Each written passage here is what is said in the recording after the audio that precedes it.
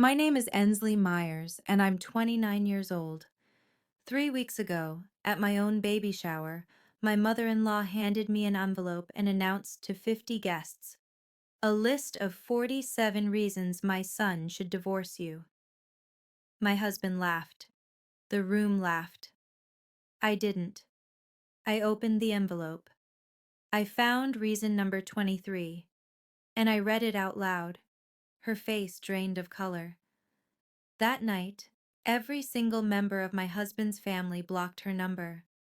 Before I tell you what was in that envelope and why it destroyed her, please take a moment to like and subscribe, but only if you genuinely enjoy this story.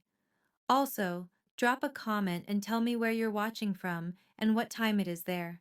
I love reading those. Now, let me take you back 4 weeks to the night my mother-in-law started planning my humiliation. It was a Tuesday night, 10 o'clock. I was lying on the couch with my swollen feet propped up on a pillow. 7 months pregnant, and every part of me ached. Ryan was on the phone with his mother. Again. I could hear Patricia's voice through the speaker, sharp, efficient, like she was running a board meeting instead of discussing a baby shower. "I've got everything planned," she said. "The caterer, the decorations, the guest list. Just tell Ensley not to worry about a thing." Tell Ensley, not ask Ensley. Ryan glanced at me. "Mom says she's handling it all. Can I talk to her?" He hesitated, then handed me the phone. "Patricia, hi. I was thinking maybe we could—" "Oh, Ensley." Her voice shifted. Sweeter now. The kind of sweet that made my teeth hurt. "You don't need to worry about anything, dear. Just rest. These things require experience. I had an idea for the theme, actually. Something simple." "That's lovely." She cut me off. "But I think my concept fits better. You've never planned a large event, have you?" The pause hung there. I knew what she meant, what she always meant. You didn't have a mother to teach you. "I'll handle everything," she continued. "A mother knows best." Before I could respond, she added, "Oh, by the way, I've invited a few of Ryan's old friends. Melissa, too. You remember Melissa?" My stomach tightened. Melissa, Ryan's ex-girlfriend, the one Patricia still sent Christmas cards to. "That's thoughtful," I managed. "Wonderful. Get some rest, dear. You'll need it." The line went dead. Ryan took the phone back. "See? She's got it covered." I stared at the ceiling. Why would she invite Melissa to my baby shower? 1 week before the shower, we had dinner at Patricia's house. I wore my favorite maternity dress. Navy blue, soft fabric, the only thing that still fit comfortably. I'd bought it with my own money, picked it out myself. It made me feel like me. The dining room was full. Ryan, his sister Diane, Aunt Margaret, a few cousins, everyone passing dishes, making small talk. Patricia sat at the head of the table. "Ensley," she said mid-conversation, loud enough for everyone to hear. "That dress is interesting." I looked down. "Thank you. Navy is tricky, though." She tilted her head. "Dark colors can make a woman look so heavy, especially when she's carrying." The table went quiet. "I'm comfortable in it," I said. "Of course you are," she smiled. "Comfort is important. I just think, if your mother were here, she might have mentioned that." The silence stretched. Aunt Margaret's fork paused mid-air. Diane stared at her plate. Ryan cleared his throat. "Mom, come on." But he didn't finish. He never finished. I kept my smile in place. "I appreciate the advice, Patricia, but I'm comfortable with who I am." She blinked, then laughed, light, dismissive. "Of course, dear." After dinner, I was washing my hands in the bathroom when Diane slipped in. "Hey." She closed the door behind her. "I'm sorry about her. I know she's been difficult." I met her eyes in the mirror. It's fine. It's not. Diane bit her lip. Listen, there's something I need to tell you, but not here. What do you mean? Can we meet tomorrow? Just us? The urgency in her voice made my chest tighten. Okay, I said. Tomorrow. She nodded once, then left. What did Ryan's sister know that I didn't? We met at a coffee shop the next morning. Diane was already there when I arrived, stirring a latte she hadn't touched. She looked nervous. That made two of us. Thanks for coming, she said as I sat down. You're scaring me a little. What's going on? Diane took a breath. I work at First National, you know that. I handle transactions for the branch. I nodded. Last week I was processing account reviews, routine stuff. She paused. I came across a withdrawal from your joint savings, yours and Ryan's. Okay. $11,000, Ensley. The number hit me like cold water. That's not right. Ryan didn't mention any withdrawal. Because he didn't make it. Diane's voice dropped. The authorization came through a linked account, someone with secondary access. Who has secondary access to our savings? She looked at me, and I knew. Ryan added her years ago, Diane said quietly. Before you were married. For emergencies, he said. Patricia took $11,000 from our account? She didn't take it officially. She transferred it through the linked access. Diane slid a piece of paper across the table. Here's the statement. The date matches her new antique collection she's been bragging about. I stared at the numbers. Black and white. Undeniable. Why are you telling me this? Diane met my eyes. Because it's wrong, and you deserve to know. I folded the paper carefully, slipped it into my purse. Does Ryan know? I don't think so. $11,000. Gone. Without a word to either of us. What are you going to do? Diane asked. I didn't answer, because I didn't know yet. But I knew one thing. I wasn't going to pretend this was okay. That night, I waited until Ryan got home. Can we talk? He dropped his bag by the door. Sure. Everything okay? Did you know your mom has access to our savings account? He paused. Yeah, I added her years ago, before us. Emergency access. Why? Check the balance. He pulled out his phone, opened the banking app. I watched his face change. What the? There's 11,000 missing. I know. How do you know? Diane told me. She saw the transaction at work. Ryan stared at the screen. Then he called his mother.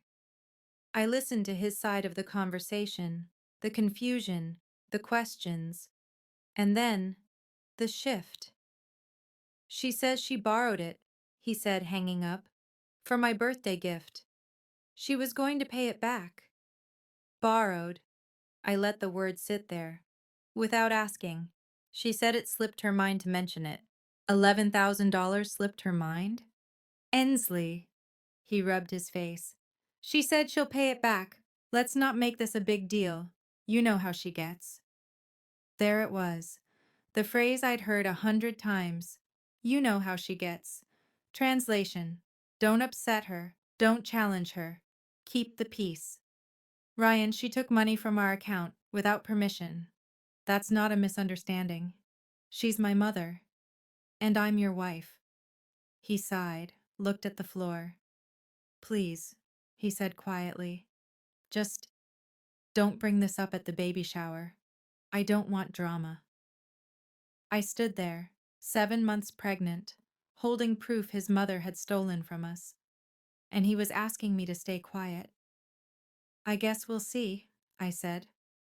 I didn't promise anything, because I was done making promises I couldn't keep.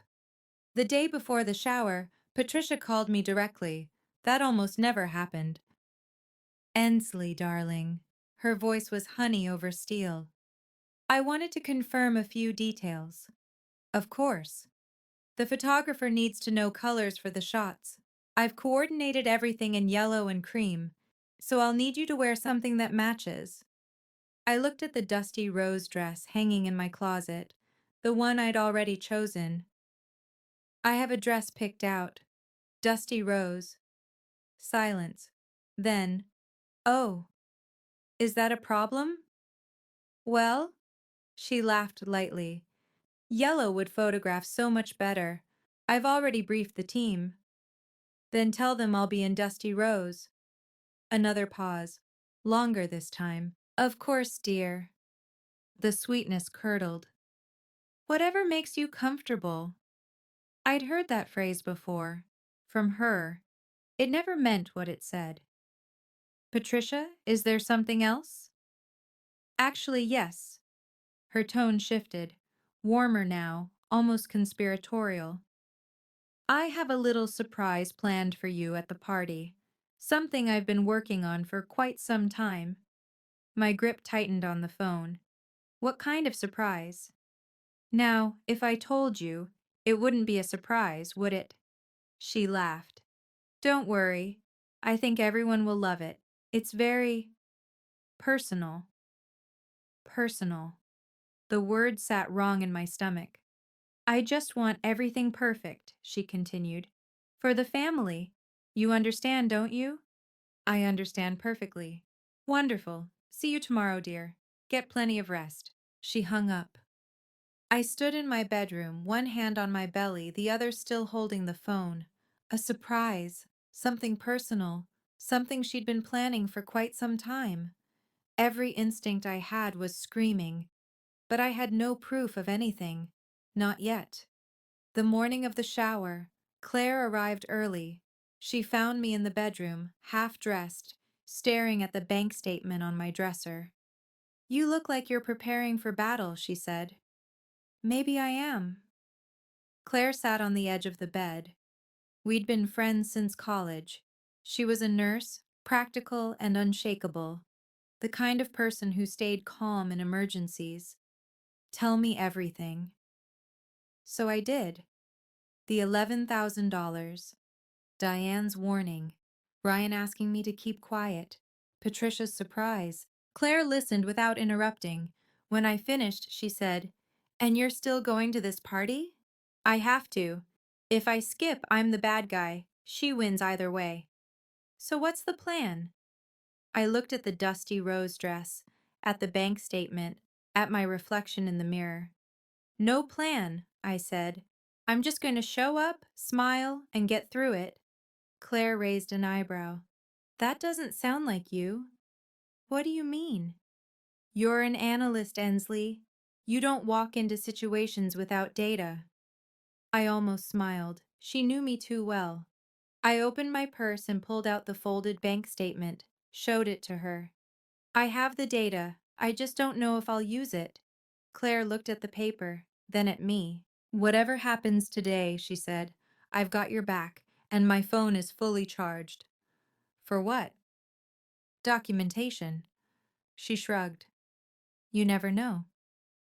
I hugged her. For a moment, I felt less alone. "Thank you." "Don't thank me yet." She pulled back, grinning. "Let's go watch your mother-in-law's surprise. I have a feeling it's going to be memorable." She had no idea how right she was. Patricia's house looked like a magazine spread. Yellow and white balloons clustered in archways.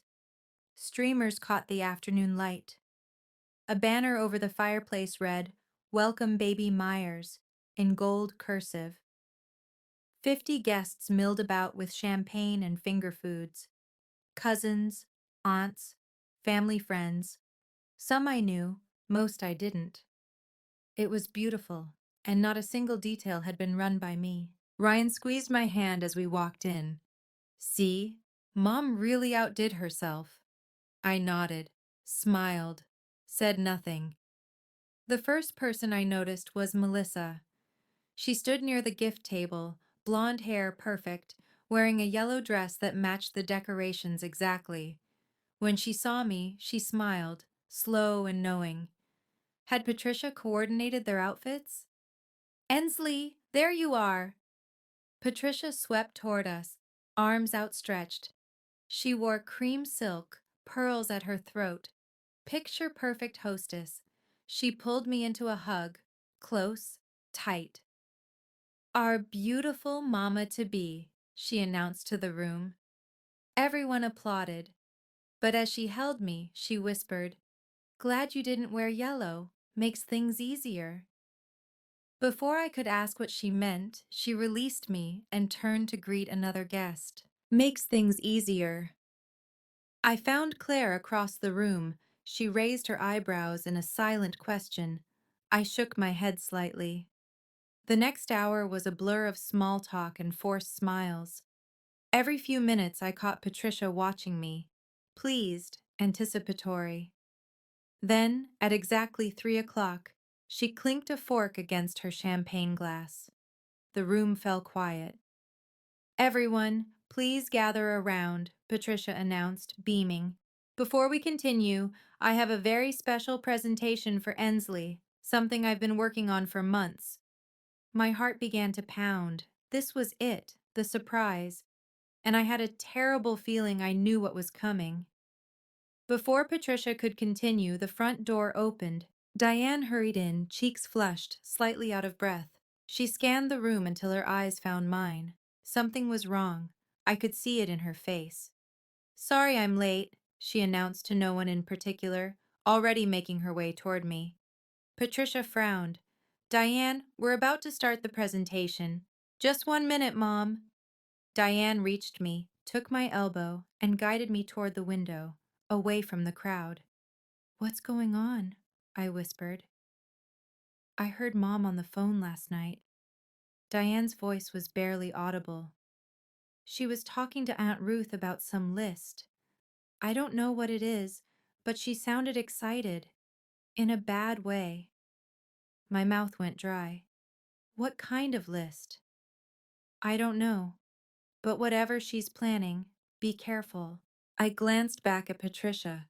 She was watching us, smile fixed in place, eyes sharp. "Diane, listen to me." Diane gripped my arm. "If anything happens, remember what you have. The bank statement. That's not nothing. You think she'd actually... I don't know what she'll do, but I know my mother." Diane's jaw tightened. "She thinks she's untouchable. She thinks no one will challenge her in public." "What if she wrote something down? Something incriminating?" Diane's eyes widened slightly. "Then she just handed you the weapon." "Diane! Ensley!" Patricia's voice cut through. "We're waiting, ladies." Diane squeezed my hand once. "I'll be right here." She stepped away. I walked back to the center of the room where 50 pairs of eyes watched me. Patricia smiled, and I realized, whatever was in that envelope, Patricia had no idea what she'd actually written. Time to find out. As I moved through the crowd, a hand caught my wrist. Aunt Margaret. She was seated on the sofa near the window, champagne untouched beside her. Ryan's aunt had always been quiet at family gatherings, observing, never speaking. "Sit with me a moment," she said. I sat. "How are you holding up, sweetie?" "I'm fine, just tired." She studied my face. "I've known Patricia for over 30 years, since she married my brother." "I didn't know that." "Most people don't." Margaret glanced across the room, where Patricia was arranging something near the gift table. "She's never liked anyone who doesn't follow her rules." "Did she treat you like this too?" Margaret's smile was thin. Worse, but I didn't have proof.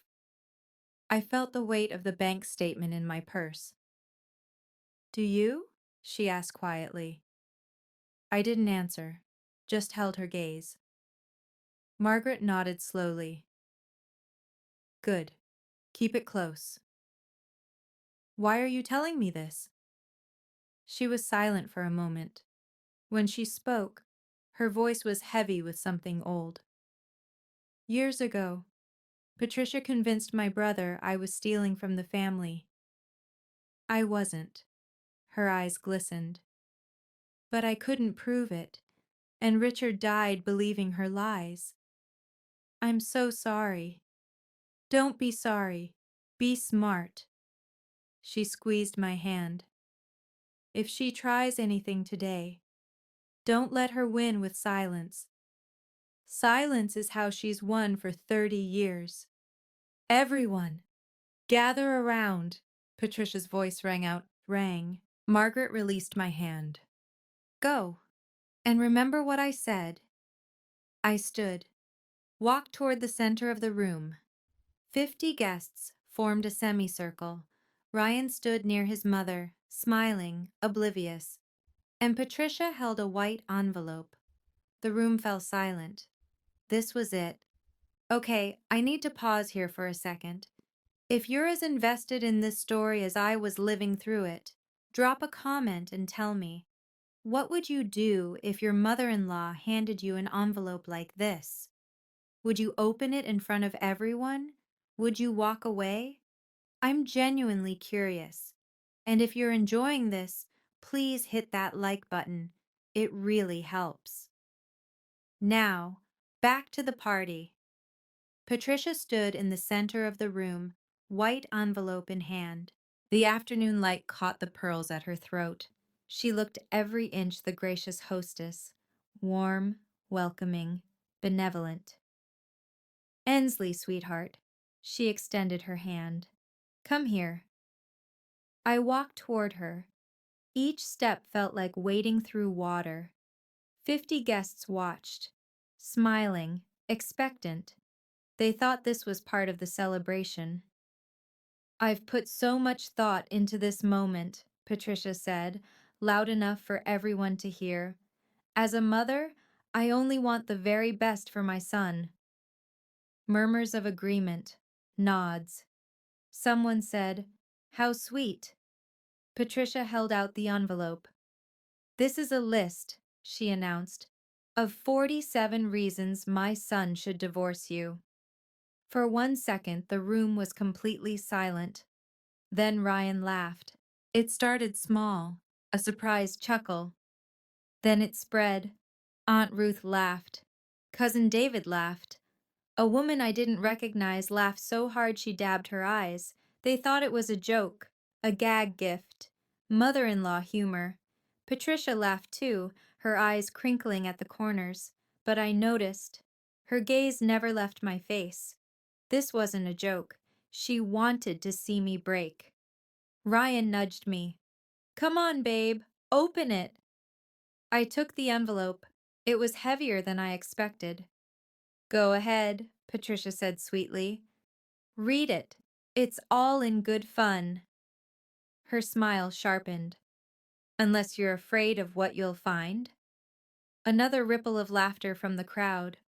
I looked at Ryan. He was still smiling, waiting for me to play along. I looked at the envelope in my hands, and I thought about every dismissive comment, every backhanded compliment, every time I'd stayed silent to keep the peace. I wasn't afraid. I was done. I opened the envelope. Inside were 4 pages, white paper, neatly typed, numbered 1 through 47. The room was still buzzing with amusement. Someone whispered, This is priceless. Another said, Patricia's such a character. I began to read. Number 1. She doesn't know how to cook a proper roast. Number 4. She convinced my son to move 20 minutes away from me. Number 7. She works too much. A wife should be home. Number 15. She's too independent. A good wife relies on her husband. The complaints were petty, small. The kind of grievances a bitter woman collects over years, polishing them like stones. But I kept reading. Number 19. She didn't invite me to her doctor's appointment. Number 21. She won't let me decorate the nursery. And then I reached number 23. I read it once, then again. My heart stopped. Well? Patricia's voice broke through. Anything interesting? I looked up, met her eyes. Around me, 50 people waited. Claire stood in the corner, phone in hand. Diane hovered near the door, pale. Aunt Margaret watched from the sofa, hands folded. Ryan was grinning. Come on, read some out loud. This is hilarious. Patricia tilted her head. Yes, dear, share with the class. I looked at the words one more time. Reason number 23. She doesn't even know I accessed their joint bank account to withdraw money for Ryan's birthday gift. Proof she doesn't pay attention to their finances. She'd written it down. Patricia had actually written down her own confession, and she had no idea. I lifted my head. May I read this one out loud? Patricia's smile widened, triumphant. Of course, dear. Whichever one you like. I took a breath, and I began to speak. My voice was steady, calm. I didn't raise it. I didn't need to. Reason number 23. The room leaned in. She doesn't even know I accessed their joint bank account to withdraw money for Ryan's birthday gift. Proof she doesn't pay attention to their finances. Silence. Complete, absolute silence. Complete. I continued, same measured tone. For the record, I did know. The withdrawal was $11,000. I reached into my purse, pulled out the folded bank statement.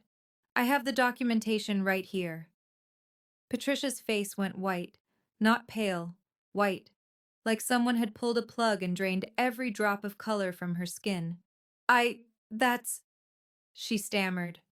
First time I'd ever heard Patricia Whitmore at a loss for words.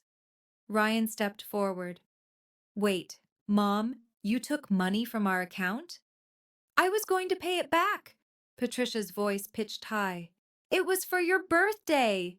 You never asked me. I didn't need to ask. I'm your mother. Aunt Margaret stood up from the sofa. Her voice cut through the room like a knife. You accessed their account without permission. She walked toward Patricia. That's not borrowing. That's stealing. The whispers started, low at first, then louder.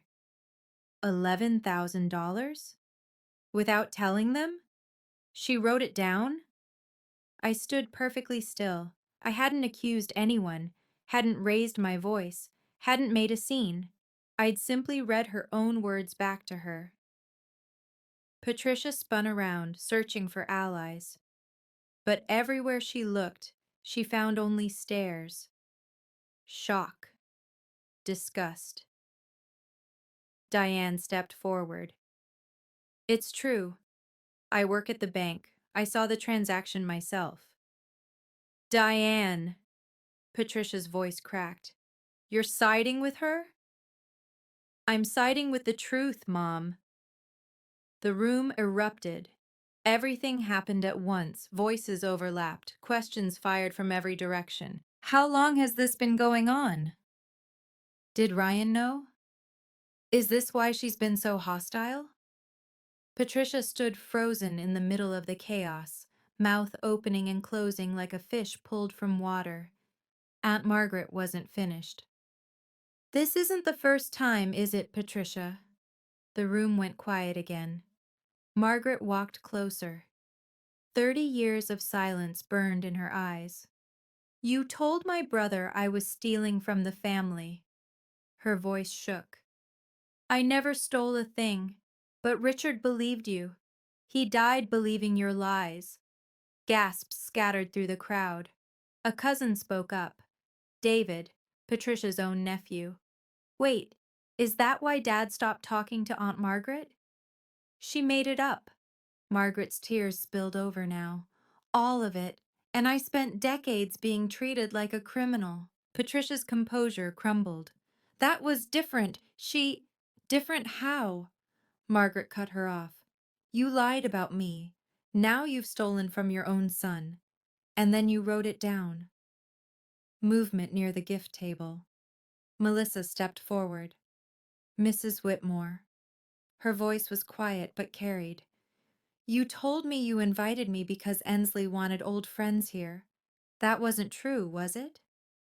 Another murmur swept the room. Patricia had invited Ryan's ex-girlfriend to his wife's baby shower under false pretenses. I was trying to, Patricia started. You were trying to hurt me, I said. Not angry, just clear. You've been trying to hurt me since the day we met. I held up the list. These are your words, Patricia, not mine. All 47 of them. She had no response. For the first time in 30 years, Patricia Whitmore had nothing to say. Ryan stood between us. I watched him process it. The list, the money, the lies. Years of conditioning cracking like ice under sudden weight. Patricia reached for him. Ryan, honey, you know I only did this because I love you. She's changing you. She's taking you away from me. Mom, his voice was rough. I was trying to protect you. From what? He stepped back from her touch. From the woman carrying my child? She's not right for you. I've always known it. You took our money. The words came slow, like he was hearing them for the first time. You made a list to humiliate my wife. At her own baby shower, in front of our entire family. And you invited my ex-girlfriend. Melissa quietly slipped toward the door. Patricia's eyes darted around the room. Everyone's overreacting. This is just a misunderstanding. $11,000 isn't a misunderstanding. Ryan's jaw tightened. A 47-item list isn't a joke. I stayed silent. This wasn't my fight to win. It was his. He had to choose. The room held its breath. I think you should leave, Mom. Patricia's face crumpled. You're choosing her? Over your own mother? Ryan looked at me, at my belly, at the life we were building, then back at her. I'm choosing my family, the one I'm building, with her. Patricia grabbed her purse. Her hands shook. She walked toward the door, and the crowd parted like water. At the threshold, she turned. Her eyes locked on mine. This isn't over, she said. I met her gaze without flinching. I think it is. The door slammed behind her. For a moment, no one moved. Then Aunt Margaret lifted her champagne glass. Well, that was 30 years overdue. The door's echo faded. 50 people stood in Patricia's perfectly decorated living room, surrounded by yellow balloons and streamers, trying to make sense of what just happened. Then, unexpectedly, someone laughed. It was Aunt Ruth, a small, shocked giggle that broke the tension. I've waited 20 years to see that woman speechless, she said. A few others laughed, nervous, relieved laughter. Diane crossed the room to me. I'm so sorry about all of this. Are you okay? I took a breath. Let it out. I think I'm better than I've been in months. Claire appeared at my side, phone still in hand. She leaned in close. I got it all on video, just in case. I nodded. Not for revenge, just for protection. There's a difference. Ryan came to me then. His face was pale, eyes red. Ensley. His voice broke. I'm sorry. I should have seen this sooner. I took his hand. You see it now. That's what matters. Around us, the baby shower slowly resumed, awkwardly at first, then with genuine warmth. Someone cut the cake, someone else started opening gifts. But the mood had shifted, lighter somehow, like a pressure valve had finally released. Patricia's cousin Ellen found me near the dessert table. Thank you, she said quietly. Someone needed to stand up to her. We've all been too afraid. Similar whispers reached me throughout the afternoon. Relatives I'd barely met, friends of the family, all with the same message. It was about time. I didn't expose her. She exposed herself. I just read what she wrote. By the time we left that evening, I realized something had changed. For the first time since I'd married Ryan, I didn't feel like an outsider in his family. I felt like I belonged. Before the party ended, a small group gathered in Patricia's study. Ryan, me, Diane, Aunt Margaret. The door closed behind us. "We need to talk about next steps," Margaret said. Ryan sat on the edge of Patricia's desk, the desk where she probably typed that list. "I'm removing her access from our accounts first thing tomorrow." "Good," Diane said. "That should have been done years ago." "And the 11,000?" I asked. Diane pulled out her phone, checking something. "Legally, you have options. The withdrawal was unauthorized. You could pursue it." "I don't want to sue her." I shook my head. "I just want boundaries." "Then make them clear." Margaret's voice was firm. "In writing, no more family favors, no more access to your finances, your home, or your decisions, not until she earns it back." Ryan nodded slowly. "I'll send her an email. Lay it all out. No contact until she apologizes and pays back the money." "An actual apology," Diane added. "Not her usual, 'I'm sorry you feel that way' nonsense." "And the baby shower?" I looked around the room. "Do we just pretend this didn't happen?" Margaret laughed. It was warm, genuine. "Honey, this is the most honest family gathering I've been to in 30 years. Ryan took my hand. "I'm not cutting her off forever. She's still my mother. But until she takes responsibility, she doesn't get access to our life." I squeezed his hand back. It wasn't a perfect solution. It wasn't even a complete one. But it was a start. Boundaries aren't about punishment. They're about protection. And for the first time in my marriage, I had both my husband and his family standing beside me. That was worth more than any apology. "Can I be honest with you for a second?" When I was standing there reading that list out loud, my hands were shaking. But I realized something. Silence wasn't protecting me. It was protecting her. If you've ever had to stand up to someone who thought they were untouchable, I see you. Drop a heart emoji in the comments. And if you're new here, please subscribe. We've got more stories coming. Now let me tell you what happened that night. That night, our apartment felt different, quieter, lighter, like a storm had passed and left everything clean. Ryan sat on the couch staring at his phone. "I have 12 messages," he said. "From who?" "Everyone." He scrolled through. "Uncle David, Cousin Beth, Aunt Ruth, people who haven't texted me in years." "What are they saying?" He read a few out loud. "Diane, Mom's been calling everyone. No one's answering." Aunt Margaret, blocked her number.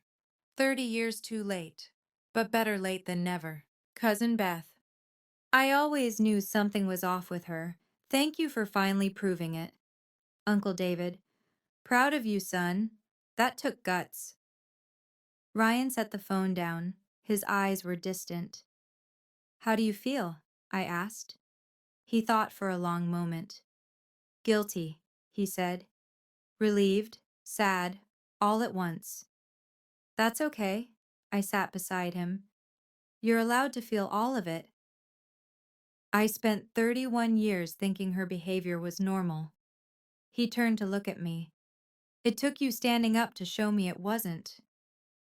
I didn't say anything, just rested my head on his shoulder. His phone buzzed. He checked it, then showed me the screen. He'd blocked Patricia's number. "I'll unblock her when she's ready to be a grandmother," he said quietly, "not a controller." I thought about the baby growing inside me, about the family I wanted to build. "She can still fix this," I said. "All she has to do is apologize, genuinely." You think she will? I remembered Patricia's face as she left. The rage, the humiliation, the promise in her eyes. I don't know, I said honestly, but the door's not locked, just closed. Whether she chose to open it was up to her. A week passed. Then the email arrived. Ryan showed me on a Sunday morning, his face carefully neutral. It's from her. I set down my coffee. What does it say? He read it aloud. Dear Ryan, I've had time to reflect on what happened at the shower. I'm deeply hurt that you chose to publicly humiliate me in front of our entire family. Ensley clearly orchestrated this to turn everyone against me. I was only trying to protect you, as I always have.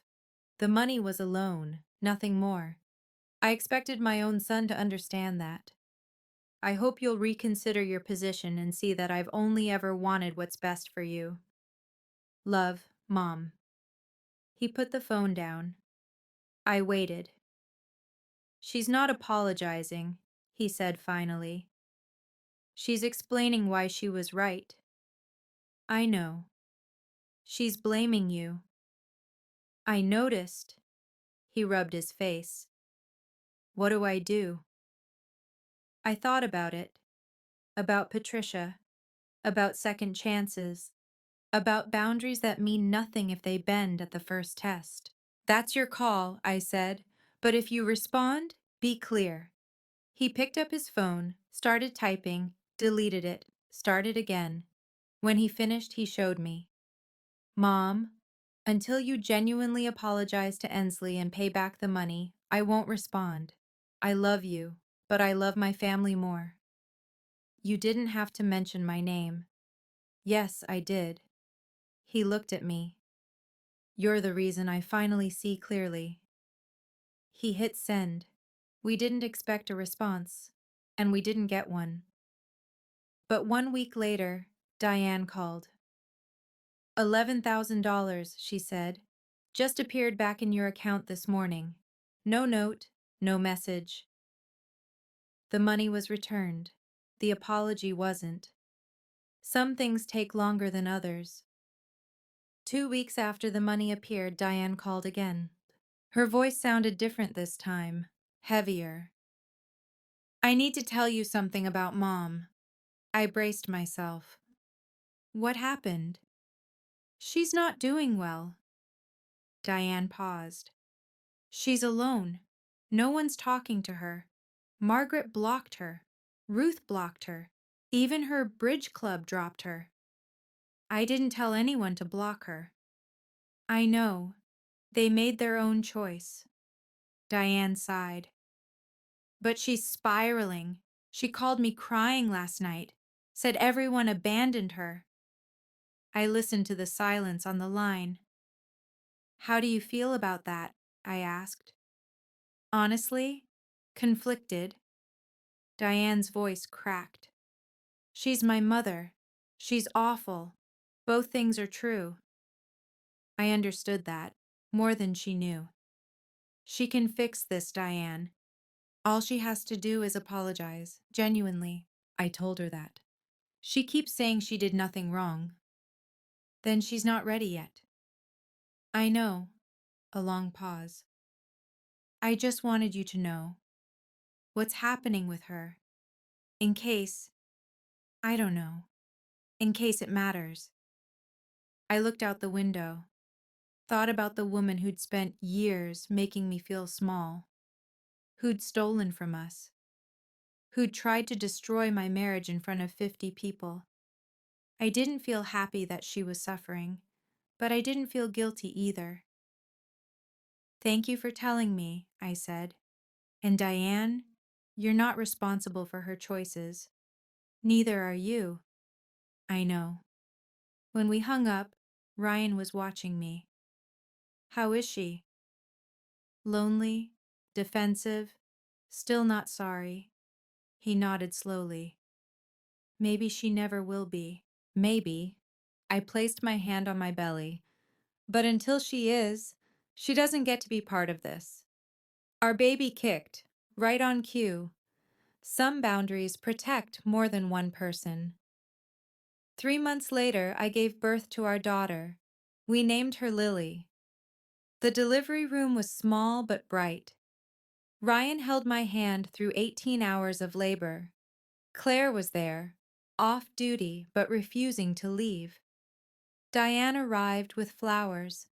Aunt Margaret brought a hand-knitted blanket. Patricia wasn't there. She still hadn't apologized. I held Lily for the first time, this tiny, perfect person, and felt the world shift on its axis. Everything that had happened before suddenly felt smaller, less important. This was what mattered now. "She's beautiful," Claire whispered. "Claire, she looks like you," Ryan said, tears on his cheeks. I looked at my daughter's face, at her tiny fingers, at the future stretching out ahead of her. She would not grow up in a family where silence was a weapon, where manipulation was love, where standing up for yourself meant standing alone. I would make sure of it. Later that evening, Ryan sat beside my hospital bed, phone in hand. "I called Mom," he said quietly, "told her about Lily." My heart clenched. "What did she say?" "She cried, asked if she could see her." "And?" Ryan met my eyes. "I said when she's ready to respect my wife, she can meet my daughter." I reached for his hand. "That must have been hard." "It was." He squeezed my fingers. "But it was the right thing." Diane appeared in the doorway. "Hey," she said softly. "I just wanted you to know. I talked to Mom this morning. She mentioned therapy." "Therapy?" For the first time in her life, Diane almost smiled. "Maybe there's hope." I looked at Lily, sleeping peacefully in my arms. Maybe there was, but hope wasn't the same as trust. That would have to be earned. 6 months after Lily was born, a letter arrived. Not an email, a handwritten letter on cream stationery with Patricia's familiar slanted script. I almost threw it away. Instead, I sat at the kitchen table while Lily napped, and I read. It was 2 pages long. She wrote about her childhood, growing up with a mother who never showed affection, learning that love meant control, and control meant safety. She wrote about losing her husband, Ryan's father, and how terrified she'd been of losing Ryan too. Then she wrote this. "I convinced myself that if I could control everything around my son, I could keep him safe. But I was wrong. I wasn't protecting him. I was suffocating him. And I was cruel to you because you threatened the only kind of love I knew how to give. I'm sorry. Not sorry you feel that way. Not sorry if I hurt you. I'm sorry for what I did. For the list. For the money. For every time I made you feel like you weren't enough. You are enough. You always were. I was just too broken to see it." I read the letter twice, then a third time. Ryan came home to find me at the table, the pages spread before me. He read it in silence. When he finished, his eyes were wet. "What do you want to do?" I asked. He looked at me. "What do you want?" I thought about it. The pain, the humiliation, the scars, but also the possibility. "We can meet," I said finally. "Once, in a public place, with clear rules." "And if she breaks them?" "Then we're done." Ryan nodded. "One more thing," I added. "She's not holding Lily until she looks me in the eye and says it in person." Fair. More than fair. But I was willing to try. We met at a coffee shop on a Tuesday afternoon. Neutral ground, public space. Lily and her stroller between us. Patricia looked different, smaller somehow. The sharp edges softened. She wore less makeup, simpler clothes. 6 months of therapy and isolation will do that to a person. She sat across from me, Ryan beside me, a table between us and whatever came next. "Thank you for meeting me," she said. Her voice was quieter than I remembered. I nodded, waited. She took a breath. "I'm sorry." Her eyes met mine directly. "For the list, for the money, for years of making you feel unwelcome in your own family, for using your mother's absence as a weapon." Her voice broke on the last words. "I told myself I was protecting my son, but I was just afraid of losing him. And instead of dealing with that fear, I took it out on you." She wiped her eyes. "You didn't deserve any of it, and I'm sorry." The coffee shop hummed around us. Normal people having normal conversations. No idea about the history sitting at our table. "Thank you for saying that," I said. Patricia's hands trembled on the table. She glanced at the stroller. Can I see her?" I looked at Ryan. He gave a small nod. I turned Lily's stroller so Patricia could see. Her granddaughter, 6 months old, sleeping peacefully. Patricia's face crumpled. Tears streamed down her cheeks. "She's beautiful." "Would you like to hold her?" The words surprised even me. Patricia looked at me, startled, hopeful, terrified. "Are you sure?" I lifted Lily from the stroller, placed her gently in her grandmother's arms. Patricia held her like something precious and fragile, which she was. I watched them together, the woman who had tried to destroy my marriage, holding my daughter. I hadn't forgiven her completely. Maybe I never would, but I'd given her a chance. Because boundaries aren't walls, they're doors. And she'd finally found the courage to knock. And that's where my story ends. For now. Thank you for staying with me through all of this. If this story made you feel something, seen, understood, or just a little less alone, please drop a comment and tell me your thoughts. And if you want more stories like this, check the description below. I've linked some of my favorites. Subscribe, hit the bell, and I'll see you in the next one. Take care of yourselves.